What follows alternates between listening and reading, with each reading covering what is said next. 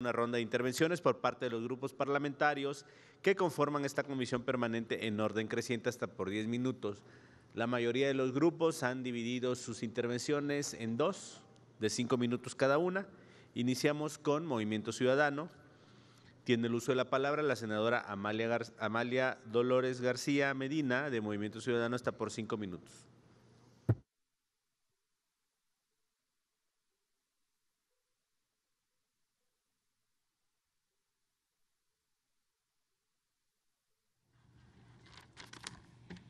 Muchas gracias, señor presidente, presidenta de la Comisión de Derechos Humanos.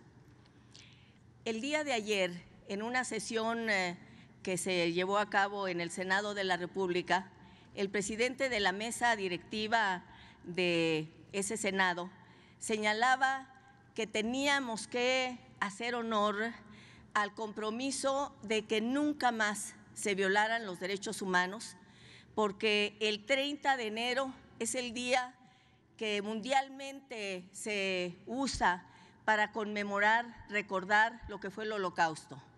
Pero yo hago referencia a esto porque precisamente esos hechos brutales que vivió la humanidad dieron pie a que por fin en el contexto internacional se aprobara que tenía que defenderse los derechos humanos, que tenía que haber un compromiso de todos los gobiernos del planeta que fueran signatarios y parte de Naciones Unidas y que se comprometieran con el respeto a la dignidad de las personas, con la protección de los derechos humanos.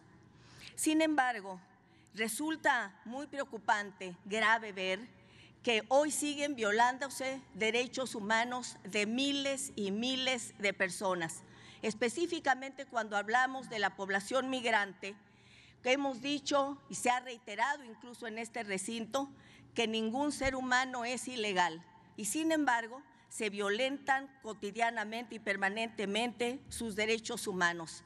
Yo quiero plantear aquí a la Comisión Nacional de los Derechos Humanos la importancia de que trabaje intensamente para que no se criminalice a las caravanas de migrantes ni a los migrantes. Hasta donde tengo información, el acompañamiento que venía haciendo la Comisión Nacional de Derechos Humanos a estas caravanas se suspendió. Yo quiero plantear aquí que se reanude. Es importantísimo que México dé muestra de que no habrá uso excesivo de la fuerza, de que a los migrantes que lleguen al territorio nacional se les tratará con todo comedimiento y con dignidad, porque preocupa que de acuerdo a lo que informó la vocera del gobierno norteamericano el día de antier, 30,000 efectivos de la Guardia Nacional han sido desplazados a la frontera con Guatemala y hemos visto imágenes en las redes de comunicación social de cómo han actuado ante la desesperación de una población migrante que, como decimos, no es ilegal. Y en nuestro país, ser migrante indocumentado es eso, estar sin documentos, pero no es ser ilegal. Y requerimos que se les trate así.